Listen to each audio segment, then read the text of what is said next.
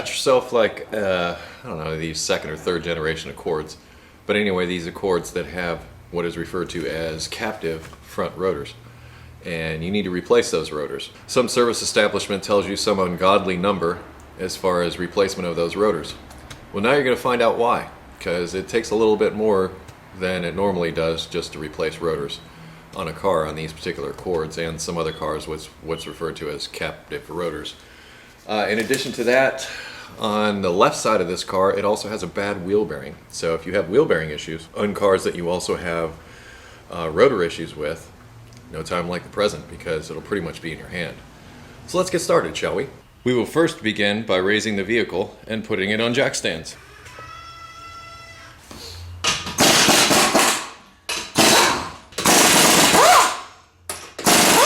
Well, I think it's obvious that the next thing we do is take the tires off.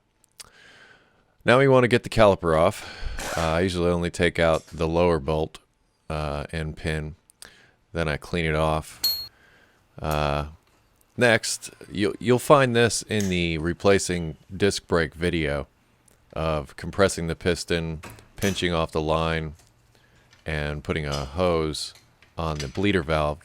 This way, this really helps prevent damage to the master cylinder, particularly on these older Hondas. They do have issues with that, so I've just gotten in the habit of doing this. Unfortunately, during the process of trying to bleed this caliper, the bleeder valve wasn't working too well, so I'm going to take the opportunity to show you how I clean them up right here. I just take them to a wire wheel and clean the inner part of it until it's nice and shiny.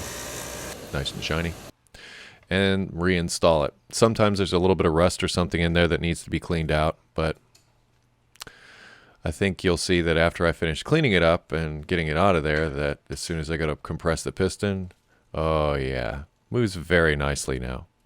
Very happy with this result. So now that we have the piston compressed, we can close the bleeder and remove the hose and remove our clamp and get started on the rest of this whole thing. Clean this pin. And if you ever wonder which pin goes where, you'll see on this one there's a G. On the caliper there's a G. The opposite side has an L.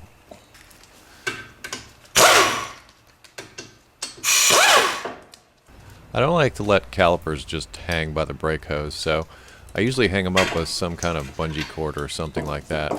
This one I tied to the upper control arm, as you can see here.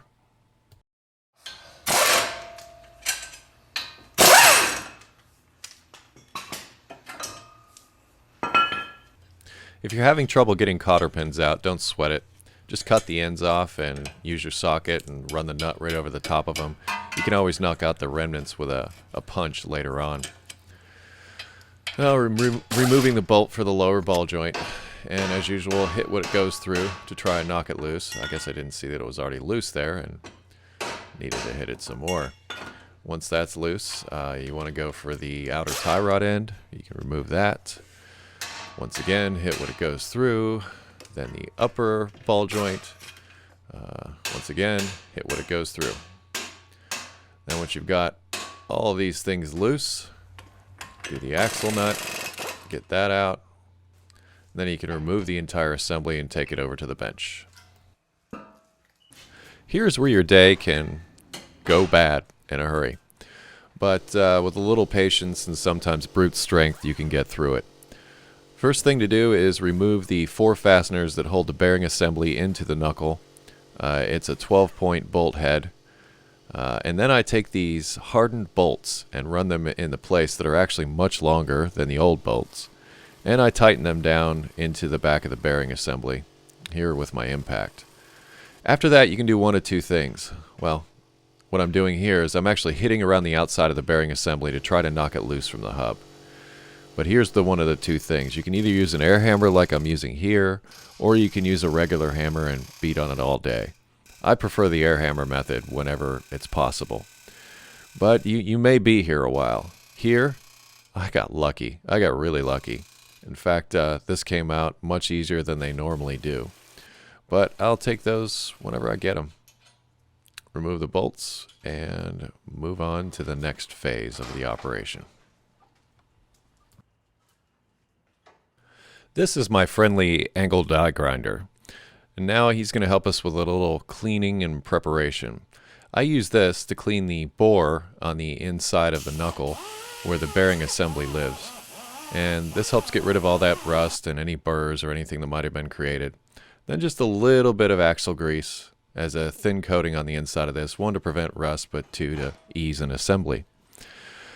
Now let's go to the rotor bearing assembly itself. You remove the 4 fasteners around the outside. Then maybe just a little tap with a hammer. Get the old rotor off the bearing assembly and toss it.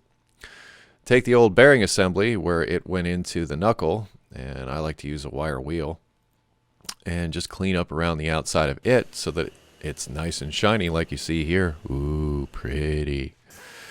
Now for more cleaning and preparation, you can, I like to clean the bosses where the brake rotor actually comes in contact with the hub assembly, and also add a little bit of grease to this area. 1, to prevent rust, and 2, just to make it go together much nicer. Then around the outside of the bearing, clean the cosmoline off of the new rotor on both sides. I believe I just show one side here. Drop it on top of the bearing assembly. It should fit on there. Some cheap rotors, you have a tough time with this. You may have to do a little grinding. Then reinstall the 4 fasteners that hold the hub to the rotor assembly itself. Install the fasteners. I run them down with my 3/8 impact. There we go. And I use gravity to help me here. Now the bearing has an offset. Make sure you get the offset lined up with the knuckle assembly. If you don't, it might be difficult. Now when I run these fasteners down, I run them down just like you do a wheel. I bounce back and forth and work it. I don't run one all the way down. I actually work it back and forth until they're down into their respective homes and happy. Then we take it back over to the vehicle, and you might have to wrestle with it a little bit. Put the axle in, drop the lower ball joint in, and stick it back up in there. And look at that pretty rotor. It's gorgeous. Okay, that's how I do it. Install everything in reverse order. Also, see the disc brake installation for how I install the front pads. That should finish up the job for you. I just don't believe I have enough time in this particular video to cover that. I hope this video is helpful. As always, leave me comments, video or text below, or you can visit me at EricTheCarGuy.com. I would love to hear from you. So send me your questions, comments, whatever. I'll see what I can do to help you. In the meantime, stay dirty.